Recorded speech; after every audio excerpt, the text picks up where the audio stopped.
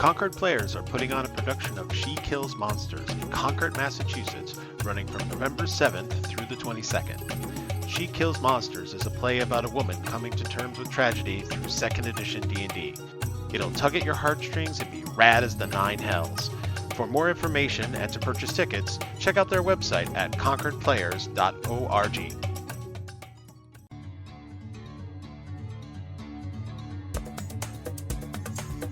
Welcome to the Game Masters Book Club, where great fiction becomes your next great role-playing experience. Cold War espionage, psychic agents, and parasitic vampires form the basis of the 18-book Necroscope series by Brian Lumley. Alice Jackl, Sean Murphy, and Ian Eller are game masters turned spy masters as they teach us the trade craft of bringing spies and vampires to your tabletop game. Let's get into the conversation. And here we are again, gentlemen. We are here to talk about another book and another fantastic addition to the Game Masters Book Club. We're going to be talking about Necroscope today. But before we get started, we're going to introduce our fabulous Game Masters who have come back yet again. I think we must be doing something right if they keep coming back. We're going to introduce our Game Masters, give a brief overview of your gaming experience, and tell us about your favorite vampire, whether in-game or out of game. Today, we're going to start with Alex. Go ahead, Alex, and tell us about yourself and your favorite vampire. So, hi, everyone. My name is Alice Jackl. I've been GMing and playing for 43 years, which is, I hate saying that. I love gaming, and I have played in conventions and played very extended, long home campaign games and worked with the Rising Phoenix Gaming Con, and I love GMing. My favorite vampire, I think, is one I invented for a particular scenario that was meant as a one-off. I thought the players were going to end up killing him, but they felt sorry for him and didn't kill him. And then he became a long-standing NPC in the world. And he was completely pathetic. A character that was not a sexy vampire. He was a cursed human being that got stuck being a vampire and then ended up deciding to not die and took over this city of undead and then manages to keep the undead in the city from eating all the surrounding townships. And so the players decided to keep him there to keep the township safe rather than killing him. And that character is my favorite vampire in all my gaming history. Sean, are you ready to go next and tell us a little bit about yourself and your favorite vampire? Yeah, so I've been gaming for not as long as Alex because I took a brief hiatus. D&D, Tunnels and Trolls in the early days, and then afterwards advanced into things like Skype of Cthulhu and a wide variety of other type games. Skype of Cthulhu is another game podcast I'm on where we play Call of Cthulhu. So my favorite vampire is in a campaign I ran. Players found a young lad tied up out in the middle of a field, and he said, I've been left here as an offering by my parents. They're horrible, horrible people. And they brought him down, and the party made their way over there to confront these people that would leave the boy. They put the boy back safe behind the barn with the second-level wizard who wasn't ready for a confrontation. And they get there, they burst in the door, and there's this nice couple in there, and they demand information about the boy, and they're like, "Oh, you didn't let him go, did you? Oh no, it's nightfall." At which point the cowardly wizard suddenly realizes that the little boy next to him is growing large teeth and is looking at him extremely hungrily. Yes, he's a vampire spawn, and the parents had left him out there in hopes that the sunlight might kill him, but it had been a cloudy day out, so that was my favorite vampire, is just watching the panicked player try to figure out what to do next. Oh my goodness, who doesn't like a absolutely terrifying child vampire? That's yeah. Ian, time to tell us about your history and your favorite vampire. Yep. Hi, my name's Ian Eller. I'm a typical Gen Xer who started playing with the Red Box way back in the day. Many systems, and many years later, I have done some freelance writing, some fiction writing, and generally speaking, I don't particularly like vampires. I can't think of a single interesting one I created for a game that I ran, but I will say this. Vampires are horrible monsters, and they should not be charming and sexy. So my favorite, most recent vampire I can think of is in the recent version of Nosferatu. The Count Orlok portrayal in that kind of hits my sweet spot for what a big bad boss vampire should be like, right? There is a charm there, but it's the charm of a wolf. That creature is a predator, and anything it does that might be construed as quote unquote sexy is just because it is a monster, and that has a bit of a magnetism of its own. Well, I am going to contradict you in my introduction, and I am Eric Jackson, and I am the host, and I am a Gen Xer gamer who's been playing since the Pleistocene, and I think vampirism can be used to represent a lot of really interesting things, and to prove that all vampires aren't evil, Ian, I will give you one of my favorite kids' books, Bunnicula. I will use Bunnicula as my favorite vampire. What could be cuter than a small rabbit who sucks the juice out of vegetables? And the various hilarious takes on the trope of being a vampire through this one little kid's book is amazing. I happen to think that that's a really cool set of stories. But I do agree that a vampire is a very dangerous creature, at least in its traditional sense. And everybody knows that danger and sexiness gets all mixed up there, which is why vampires can be sexy. But that's not, I think, the case in this book, Necroscope. Necroscope is both the first book in and the name of an 18-book series, which centers around two opposing psychically powered forces. Initially, it appears that the two forces are 1970s ESP branches of the Soviets and the British, but each of these are in turn subsumed by powerful beings who use them to further their aims. On the British side, we have Harry Keogh, the Necroscope, who gains his powers of knowledge willingly from the dead. On the Russian side, we have Boris Dragozani, a Romani who has discovered an ancient evil, a vampire who teaches him necromancy, a way of gaining power by destroying and devouring the dead. Harry and Dragozani clash in a final battle that spans time and space in a psychedelic splendor, and several discoveries happen as a result of that battle, which set the entire book series in motion. How'd I do, gentlemen? Yeah, it's good. I do believe you hit the 3 or 4 high points that the book has in it. There we go. There we go. That's what we were waiting for. Forgive me for focusing on the good.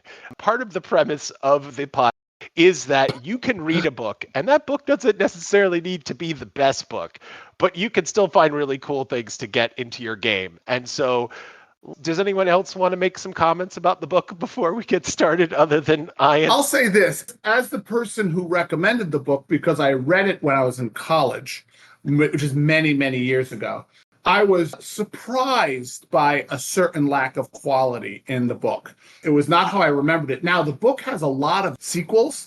There's a whole series of Necroscope books. So I suspect I've read all of them and that they might get better, though I cannot guarantee that. If you have an 18-book series, somebody's going to like it. Somebody has to like it. You can't make an 18-book series out of all terrible books. So, and this isn't actually, I don't think it was a terrible book. I just think there are better vampire books than this one. And I'm sure we'll talk about that going forward. But I know that you struggled with this. So I'm going to put you on the spot first and ask you, if you were going to run a game, let's say loosely based off of this book, what game system do you think would evoke the best parts of Necroscope? So I do want to say that although I did not like the book as it was written, it is full of phenomenally interesting ideas. I think that there's a lot of stuff happening in there that would make for a good game, right? And that is actually true, I think, a lot, because what makes a good game is not necessarily the thing that makes a good novel. But one of the things about it that I really like is I like how, although there are certainly types of different psychics and each side has similar characters, they make a point to say how individually these various psychics, these espers, have their specific way they do their thing, or specific aspects of what they do, or even limitations on what they do, or whatever. And because of that, and because I'm a big fan of the system from way back, I would use Hero. because hero allows me to build characters with nuance in their capabilities, right? So I can make the guy who can see a psychic do it through vision, but I can also make a guy who can see that there's a psychic around do it through another mechanism with a different kind of sense. Maybe they have visions or whatever. The nice thing about the hero system is it can be very fiddly, which some people don't like, but in the process of creating characters, in the process of choosing how things are actually going to work, you have a lot of options and you can differentiate very similar characters pretty easily. 100% agree on the great books don't necessarily make great games and bad books can make great games. Alex, this was your choice. So as you previously stated, perhaps the first book might not live up to your memory, but how would you portray this book if you wanted to get at the essence of Necroscope? One of the things about the book is I was not at all resistant to the statements of the lack of quality in certain areas. However, the book is chock full of interesting ideas and interesting things it can do. And so when I looked at what system that might be easy to represent it, I picked two. I picked Delta Green, the espionage-ish horror mix, right? And Delta Green is pretty good. And I think that captures the espionage organizations using the supernatural, using psychics, that kind of thing, combined with there's a horror X-Files sort of element to Delta Green that I think would really well. And so that system, I think, would be very good for this. And the other one is just Savage Worlds. And with a lot of their horror content, it's fast, it's flexible, and so it's really easy. I think there's a lot of elements, the psychic elements, the necromancy elements, the vampire elements, even some of the weirder time travel-y kind of elements, all could, I think, be easily incorporated into Savage Worlds and have the pace and feel of the story. And as usual, I think if I were going to paint in this world, it would probably be with an emphasis on the espionage side, with then recurring supernatural and psychic themes. Again, highly agree on the more espionage, slightly less psychic. But Sean, do you agree? What game system do you think would best evoke this particular story? So let me just start by saying that 3/4 of this book is a session 0 with 2 players. That's where you're getting all these ideas. They're developing their backstories, important NPCs, and trying to explain things. One of them's like, oh, I want to be good at math, but I also want to be a professional writer. And, I want to be able to do time travel. I like that show Ghosts on TV. I know. How about we say the ghosts tell you skills? Second player. Well, I'm torn. I also want to get secrets from the dead, but it'd be boring to have the same power. How about that Roman tradition where you can divine the future from dead animals? Oh, that sounds great, says the GM. And the player says, oh, and I also want to be a vampire. Yeah, this just feels like a lovely session 0 for 3/4 of the book. And then they realize, oh, maybe we should play the game now. I'm going to go with my choice. If you were going to run it straight, it might be Dresden Files. But I will say that the City of Mist, because of the importance of developing relationships and backstory inherent in the game, would also be another choice one could look at for this. That's an interesting idea. That's great. Can I ask why Harry Dresden to play it straight? The Dresden Files allows you to bring in some of the supernatural things, some of the human personality things. I mean, it's just a good system for allowing people some creativity, and it's built in a world of magic and the like. So porting things over wouldn't be as difficult as it might be in some other systems. This is Ian, and Fate is a good choice almost always, right, Sean? Yeah. Fate's always a good. Particularly when you've got these 2 hyperactive players who want to have all the things. Well, Fate is an easier way to bring that in than lots of the more regimented systems. Okay. My choice is also going to be reflected in my book choice, in that I enjoyed reading the Chew graphic novels, and it turns out that they sponsored a Chew role-playing game. For those of you who are unfamiliar with that particular comic, a lot of the powers are food-based, or at least devouring-based, and so a lot of this book, I felt like there was a lot of the eating of the dead that was happening. That happens quite a bit in the Chew graphic novels, and also in the role-playing game, there is a decent, and in the books, there's a decent amount of semi-time travel, either psychically predicting the future or flashing forward to the future, as well as some actual time travel as well. So the role-playing game allows for those kinds of powers and is built around those kinds of powers. It also has an interesting mechanic based on position and effect. The positions are, it's a cakewalk, it's risky, or it's nuts. This book definitely had a lot of "that's nuts, what are we doing here" kind of appeal to it. And on top of that, some of the conditions that characters can get in the Chew RPG, they can get a condition of ruthlessness or a condition of impulsiveness, which I felt like Dragazani definitely took on as he was moving through the book. So I haven't run this game yet, but I really love the graphic novel, and I've always wanted to run the Chew game. Also, the Chew characters are employed by the U.S. government. They are part of a secret service. There are other countries that also have secret services who have these psychic people who eat things. So it's a very interesting story, and I like the RPG, and I'd love to give it a try. And it felt connected to this particular story in Necroscope. What is the underlying system of Chew? Was it bespoke, or is it built on and powered by the Apocalypse, or a Fate, or a... It looks like it's built more off of a Blades in the Dark. It's got a lot of counters that you build on, but there's also some appetite dice that are involved. It does have playbooks, and it's got the clocks from... So it's some form of Forged in the Dark / PBTA, probably, right? Yeah, it's not coming out and saying it's one or the other, but it's got elements of both of those in there. We've talked about how to mechanically run this specific story. There's been a lot of happy talk about maybe not greatest book, but lots of cool stuff, right? So, Sean, why don't we jump back to you and you tell us about something portable, something you'd like to take from this story and put into your own role-playing games.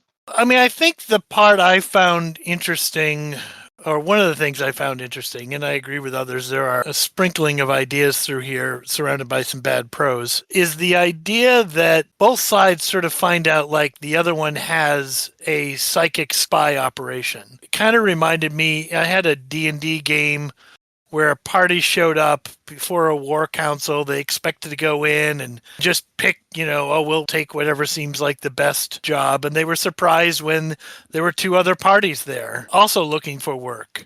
And one of them looked way more competent than they were. And so to get the job that they wanted, they didn't just do what typically happens in a game where the GM says, well, here are the three choices. Which one do you take? They actually had to lobby to get that job.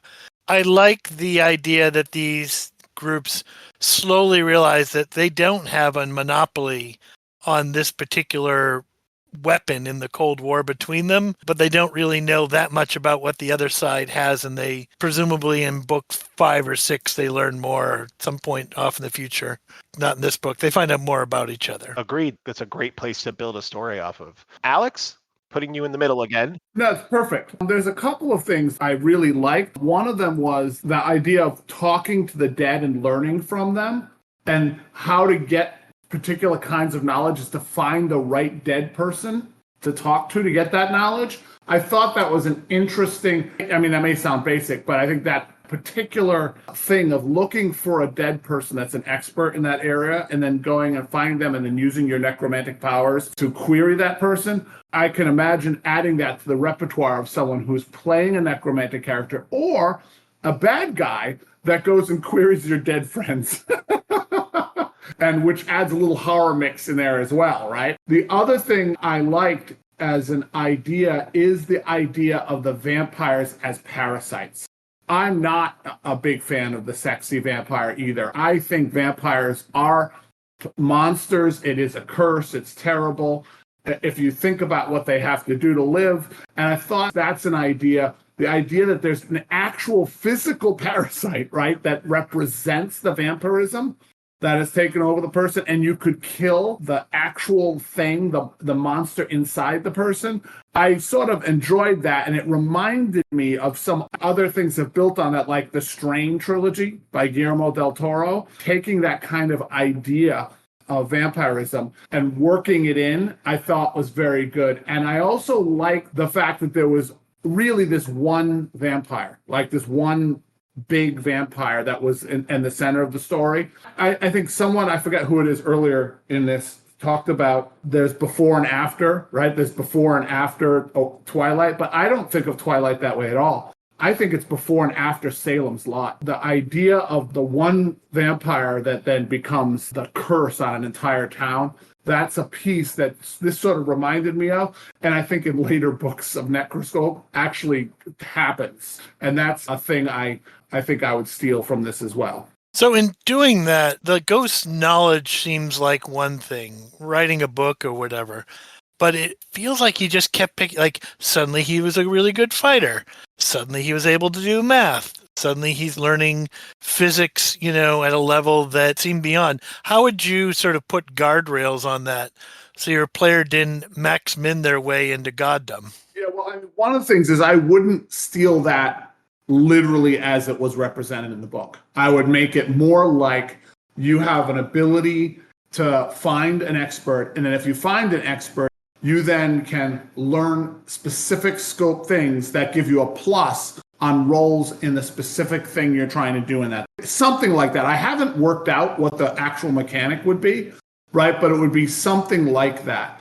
One of the reasons I said hero is because I would build that as a variable point power pool in hero. That's what that's for. You can only hold so many of those things true at once, right? Because the gym teacher, like early on in the book, that turns him into a decent fighter, even though he's a skinny little twerp, right? You have a pool of points that you would normally use to create your character, but you hold them aside and you buy a variable power pool. And when you need to add some combat skills, you take some of those points and you put them into the combat skills that you need. That's a mechanic that Hero has had in it since the early 80s, because we know that Hero came out of Champions, and lots of superheroes have this thing where they can build a device that can do anything, or like your Green Lanterns that can create a thing from their energy that can do lots of different stuff, right? So that's the mechanic I would use for that. I don't know how you would do it in a system with more rigid character generation.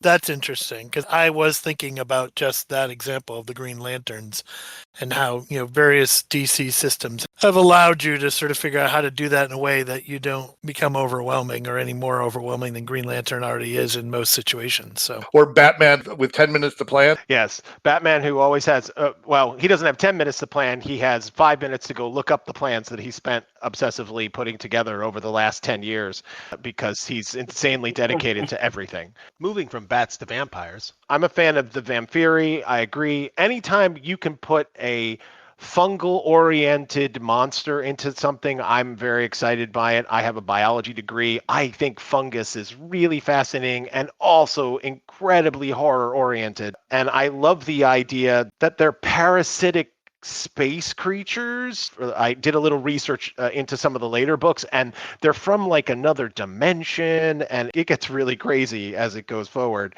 But I do really like the idea of the fungal spore, which eventually develops into this little leech-like creature that can then escape, because from a game point, if the characters don't know that's what they're looking for, it's a super easy way for that bad guy to come back and still be there, right? It's still the vampire. How do you know all these things? Because I'm the same vampire, and you don't know that the vampire is this thing that lives inside of it.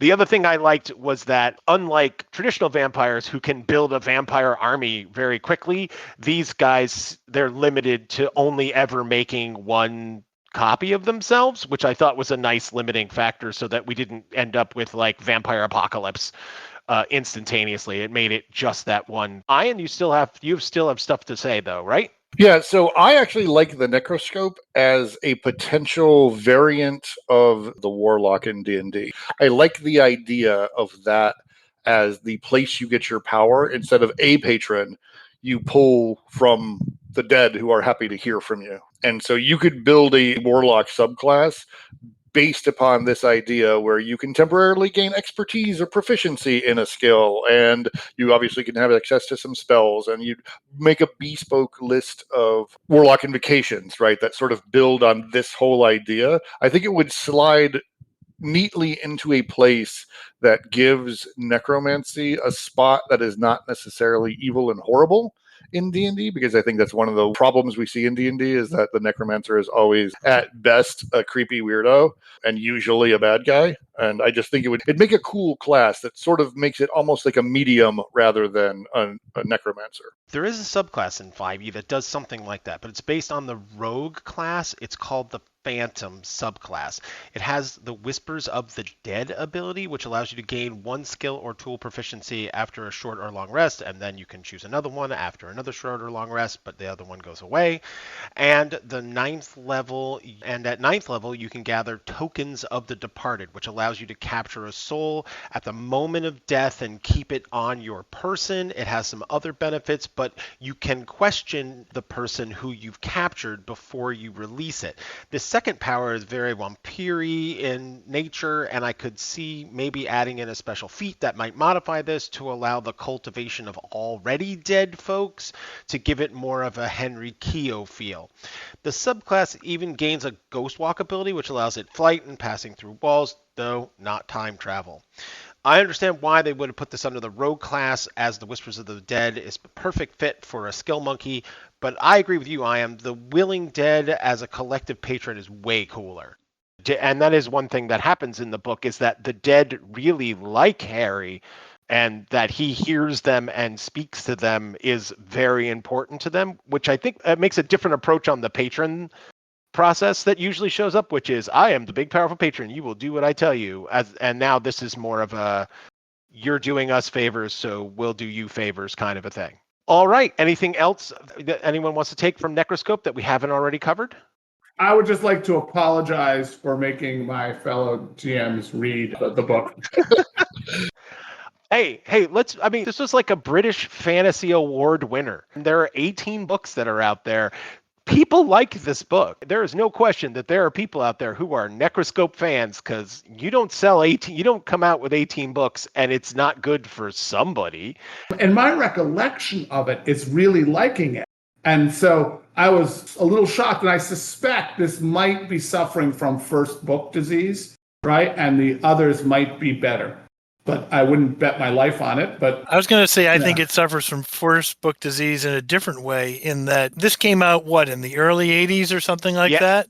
Mid-80s, yeah. We've covered a lot since then. There's things in here that I'm sure that some prominent authors have stolen. I mean, you can't read this and not think maybe Neil Gaiman read this when he was thinking about the Graveyard Book and some others. The Strain in particular feels like he just totally ripped off these kind of vampires when Del Toro wrote The Strain. That was a bit shocking for me. Like, I was like, I did not realize that Del Toro stole that from somewhere, but here we are. That's part of it, is that at the time this came out, these were probably all new, interesting ideas, and that was enough to overcome the poor way in which it moved forward as a story. And now that we've been exposed to these ideas, there's popular TV show where people talk to ghosts.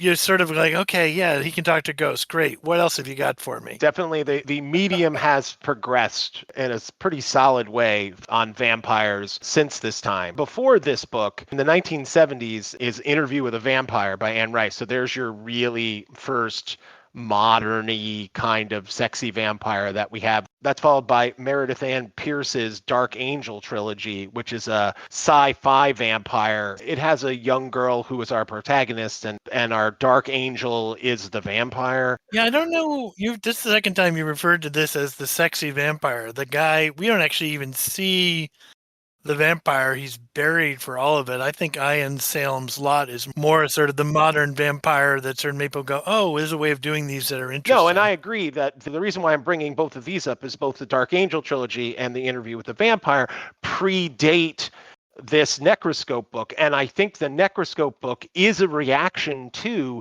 this introduction of the sexier vampire to go back to that Nosferatu. And I think that if we look at vampire popularity throughout various stages of various pieces of media, we see this struggle between, are they psychically powerful because they're horrible creatures who are psychic, or are they psychically powerful because they are charming and seducing and all of that? And I think both of those are big parts of what makes a vampire. And where you fall on that spectrum is kind of interesting. And that's why I keep bringing up the sexy vampire, because I'm like, hey guys, this book is a reaction to, or at least makes a choice, much as Ian and I seem to have made a choice on, like, what is the kind of vampire, the story that we want to read. Most of the time, ugly, dangerous vampire who is a wolf, not on my radar. And apparently for Ian, sexy vampire is not his thing. And that is okay. And if we decide we want to read a little bit of both, that's all good. But I do think that both of those are there. So speaking of media, Ian, you've already mentioned the Del Toro movies. Do you have other Necroscope-inspired recommendations? I actually am going to go with a slightly different direction. I want to recommend, if people enjoy this for the cat and mouse between the KGB and in this case, it was the British, but the West in general, there is an absolutely wonderful book called The Main Enemy by Milt Bearden and James Risen. And it is a history of the 70s and 80s Cold War by people that were there and involved in it. And of course, anytime CIA agents write books about the things they did, you have to take some of the stuff with a grain of salt. But if the espionage part of this story is something that interests people, I would highly recommend they read The Main Enemy, because it gives a lot of context to the game that's being played. And if there's anything really good in Necroscope, it's the portrayal of the KGB, I think. I think the portrayal of the KGB and Russian intelligence in general is actually solid based on what I've read about that subject. Again, The Main Enemy is a good place to go. If you wanted to dive deeply into that part of this story, I'd go there. Sean, do you want to talk about media that you would pair with Necroscope? I've mentioned the TV show Ghost a couple of times. I think the BPRD, Bureau for Paranormal Research and Defense, which is the Hellboy, the early issues of that comic book series definitely get into this notion of the weird and the strange going out and doing work. But I also had another recommendation that's on the Espionage, Sandbaggers, which is a British TV show from the late 70s. It also seems very tied into the actual work of being a spy and the difficulties of knowing what each side is doing. For those of you who may have read Queen and Country by Greg Rucka, he definitely was inspired by that TV show. Awesome.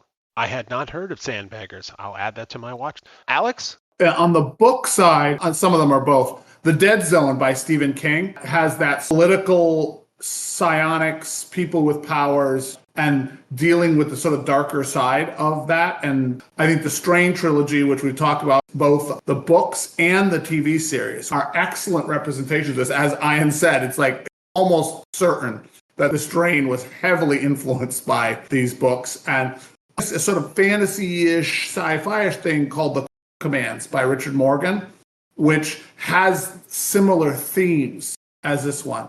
On the visual side, by the way, I think we've had, in the last decade, we've had some amazing, like 30 Days of Night, which is a vampire movie set in Alaska that's just really gruesome and really scary and has that sort of feel to it. And there was a series called Midnight Mass, which is not even clear what you're dealing with in the beginning, but that has also has that feel to it. And then for the general Fringe and Stranger Things, I would just throw them in because I think the series Fringe and the series Stranger Things both deal with the emergence of the supernatural into everyday life and dealing with it. So that would be my list of things. That's a great list. Obviously, I'm going to bring up the Chew graphic novels by John Layman, illustrated by Rob Gilroy, and they are fantastic, and the RPG is really pretty. And the book that I think is the Psychic Secret Agency done well is a series called Psycop by Jordan Castillo Price.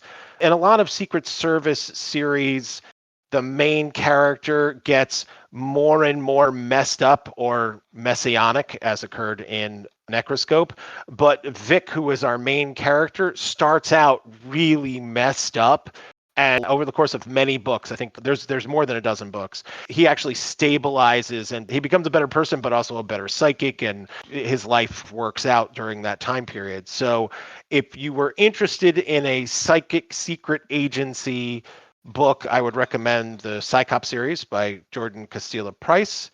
And last but not least, on the completely fun espionage level. I want to mention Killers of a Certain Age by Deanna Raybourn, which is also a period piece, or a lot of it is flashbacks to the 1960s, early 1970s, when the characters are younger, but the conceit of the Killers of a Certain Age is that these are 4 women who worked for a Nazi hunting agency, and they are retiring, but the museum, the secret group that they work for, wants to take them out, and they end up striking back, and it is really a fun thing to watch grandmas kick people's butts. So as a third book, maybe not as closely related, but if you like spies and you want to see a really cool spy book, I really liked that book as a spy book. The 2 graphic novels, Psychop series by Jordan Castillo-Price and Killers of a Certain Age by Deanna Raybourn. If I may, Eric, I'd like to say one more thing about Necroscope in general for our audience. Oh, of course, yeah. If our heaping such praise on this book has made you decide that you want to check it out, that's great. But I do think that it is worth noting for potential readers that there are a couple questionable moments, including domestic abuse and sexual violence in the book, and I just think that people should know that going in. Absolutely, 100%. It is a horror book, and some of the things that occur are very horrible, not necessarily in the body horror or fun vampire kind of way, but yeah, there are a lot of deeply traumatic things that occur during this book, and some of them are very sexually oriented, and some of them are just violent and terrible. So yes, definite content warning on this book. Okay, gentlemen, we are at the end, which means it is time for you to tell people if there is anything happening in your existence that you want to promote. Let's start with Alex. Alex, is there anything you'd like to promote?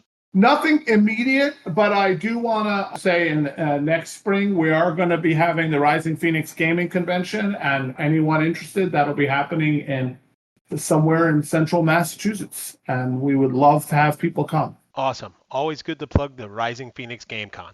Coming to Milford, Mass. on April 24th through April 26th in 2026.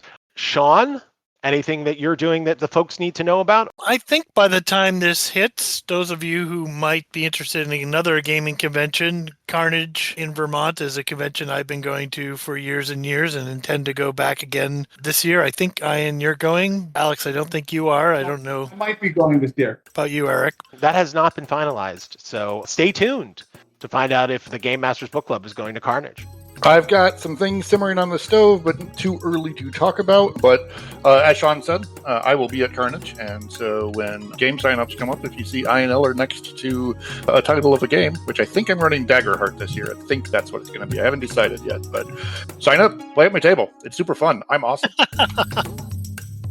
And that's our discussion of Brian Lumley's Necroscope. Just a quick note, Alice Jackl's feed dropped out for a second when he was recommending The Cold Commands by Richard Morgan, part of a Land Fit for Hero series. Sorry for the inconvenience. You can find a complete transcript of today's discussion, as well as links to all of our podcasts at k-squareproductions.com/GMBC.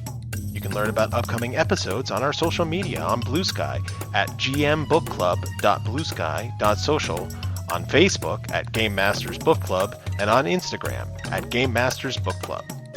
You've been listening to the Game Masters Book Club, brought to you by me, Eric Jackson, and K-Square Productions. Thanks again to our Game Masters and totally not undead overlords, Ian Eller, Sean Murphy, and Alice Jackl.